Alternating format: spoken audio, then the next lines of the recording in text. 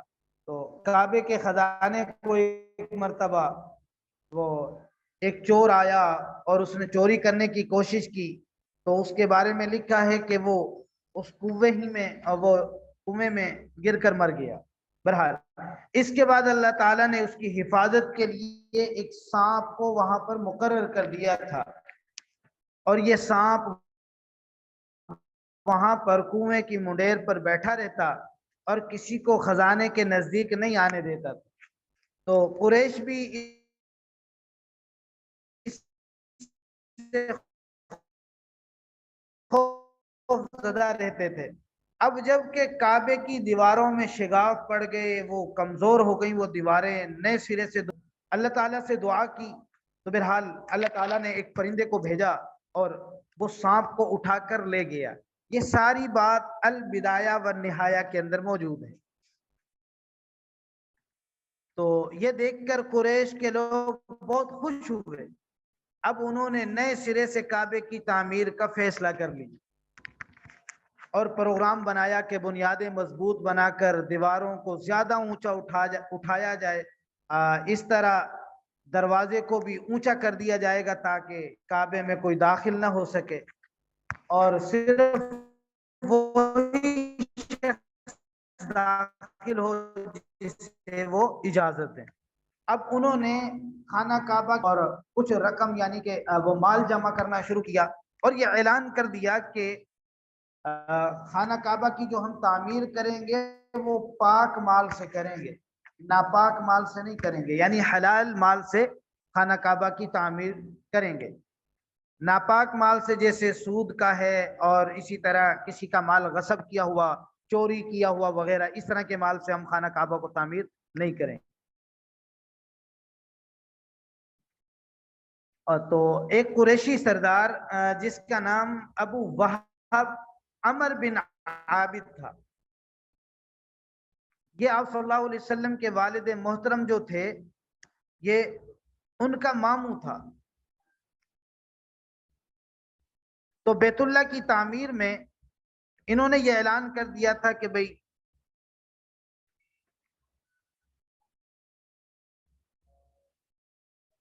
کہ حلال مال سے تعمیر خانہ کعبہ کو تعمیر کیا جائے گا اور حرام مال سے اس کو تعمیر نہیں کیا جائے گا۔ تو بہرحال خلاصہ یہ ہے کہ سب لوگ اپنی اپنی حیثیت کے مطابق اس خانہ کعبہ کی تعمیر میں حصہ لینے کی کوشش کر رہے تھے، پتھر جمع کیے، مال جمع کیے، اور آپ صلی اللہ علیہ وسلم بھی پتھروں کو اٹھا اٹھا کر لاتے تھے۔ تو فرمایا کہ ایک سردار تھا ولید بن مغیرہ، اس نے کہا کہ اگر تمہارا ارادہ خانہ کعبہ کو تعمیر کر کے اس کی اصلاح کا ہے، مرمت کا ہے، یعنی اچھا ارادہ، اچھی نیت ہے، اس کو مطلب خراب کرنے کا ارادہ نہیں ہے، تو پھر تو کوئی مسئلہ نہیں ہے، اور اگر تمہارا ارادہ اس کو خراب کرنے کا ہے، برباد کرنے کا ہے، تو یاد رکھیے کہ پھر اللہ تعالیٰ کی طرف سے کوئی نہ کوئی ایسا معاملہ درپیش ہوگا، ایک ایسا معاملہ بنے گا جس کی وجہ سے کیا ہے کہ تم خانہ کعبہ کے قریب بھی نہیں جا سکو گے۔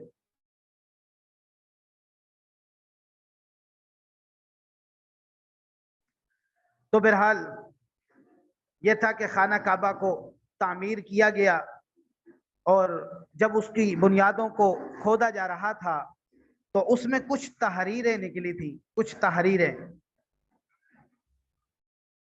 تو ایک تحریر ملی، وہ تحریر سریانی زبان میں لکھی ہوئی تھی، اور اس کا خلاصہ یہ ہے کہ اس میں جو کچھ لکھا ہوا تھا وہ یہ تھا کہ میں اللہ ہوں اور مکہ کا مالک، جس کو میں نے اس دن پیدا کیا جس دن میں نے آسمانوں اور زمینوں کو پیدا کیا، جس دن میں نے یعنی سورج اور چاند بنائے، تو میں نے اس کو یعنی مکہ کو 7 فرشتوں کے ذریعے گھیر دیا ہے۔ اس کی عظمت اس وقت تک ختم نہیں ہوگی جب تک کہ اس کے دونوں طرف پہاڑ موجود ہیں۔ ان پہاڑوں سے مراد ایک تو ابو قیس پہاڑ ہے جو کہ صفا پہاڑی کے سامنے ہے، اور دوسرا قیقان پہاڑ ہے جو مکہ کے قریب ہے۔ تو جس کا رخ ابو قیس پہاڑ کی طرف ہے، تو یہ شہر اپنے باشندوں کے لیے پانی اور دودھ کے لحاظ سے بہت بابرکت اور نفع والا ہے۔ بہرحال یہ تحریر ایک چھوٹی سی لکھی ہوئی تھی، اور اسی طرح ایک اور تحریر ملی، اور 3 تحریریں اس کے اندر خانہ کعبہ کی جب مطلب کھدائی کر رہے تھے تو اس موقع پر ملی۔ تو خلاصہ کلام یہ نکلا کہ خانہ کعبہ کو حلال مال سے، پاکیزہ مال سے تعمیر کیا جانے لگا۔ تو حجر اسود کو رکھنا تھا،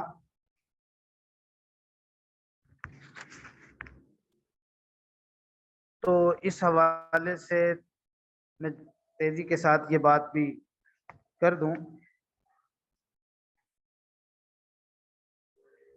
ایک شخص تھا جس کا نام حذیفہ تھا، اور یہ ام سلمہ رضی اللہ عنہا کا کے والد محترم تھے، یعنی ان کا والد تھا، اور قریش کے انتہائی شریف لوگوں میں سے تھا۔ مسافروں کو سفر کا سامان اور کھانا وغیرہ یہ دینے کے سلسلے میں بہت مشہور تھا۔ تو جب کبھی سفر کرتا تو اپنے ساتھیوں کے کھانے پینے کا سامان خود اٹھاتا تھا، خود لا کر دیتا تھا۔ بہرحال اس وقت اس شدید جھگڑے کو ختم کرنے کے لیے اس نے ایک حل پیش کی، یعنی حجر اسود کو رکھنا تھا، اور حجر اسود کو اس جگہ پہ رکھنا تھا۔ ہر ایک سردار یہ چاہتا تھا کہ اس میں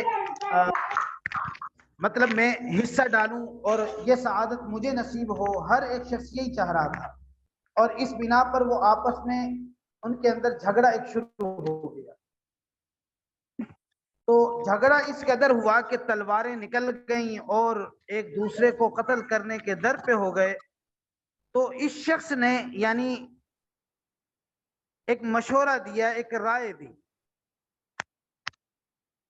کہ اے قریش کے لوگوں، اپنا جھگڑا ختم کرنے کے لیے تم یوں کرو کہ حرم کے صفا نامی دروازے سے جو شخص سب سے پہلے داخل ہو اس سے فیصلہ کروا لو، وہ تمہارے درمیان جو فیصلہ کرے سب اس کو مان لیں۔ یہ تجویز سب نے مان لی۔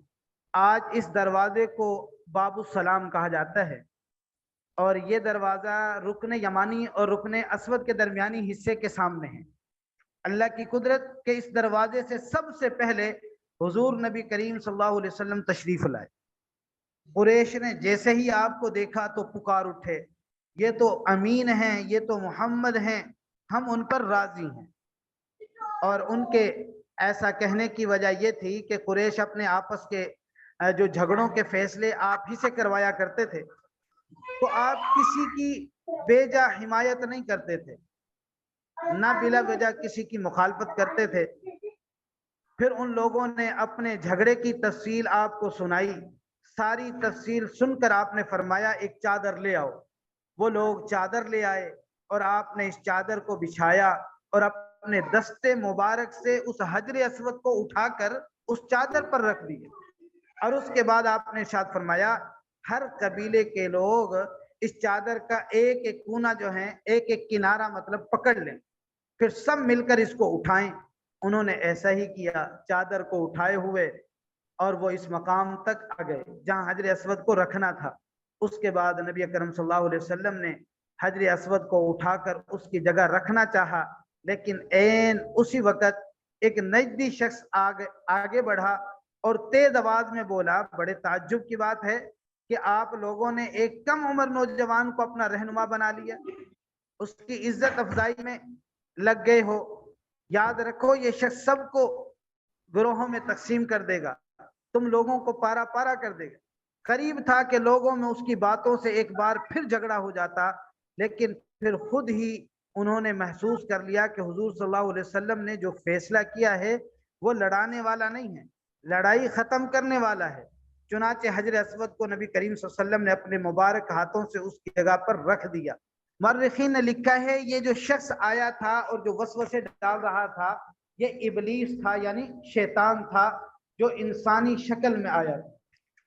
تو اس طریقے سے خانہ کعبہ کو مطلب تعمیر کیا اور حجر اسود کو اس کی جگہ پر رکھا، اور یوں اس طریقے سے خانہ کعبہ کی تعمیر ہوئی۔ تو اللہ جو کہا سنا عمل کی توفیق نصیب فرمائے۔ تو بقیہ انشاءاللہ کل اسٹارٹ کریں گے۔ السلام علیکم ورحمۃ اللہ وبرکاتہ۔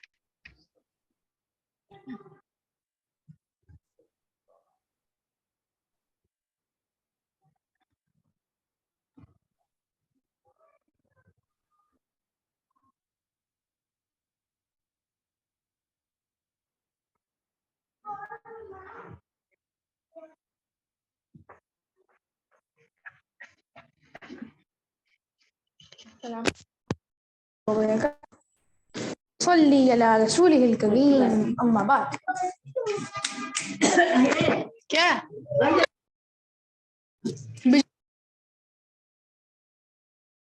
ہاں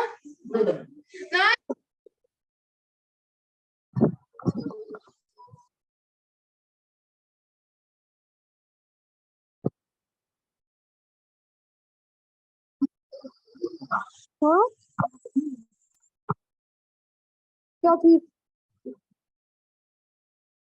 پتا نہیں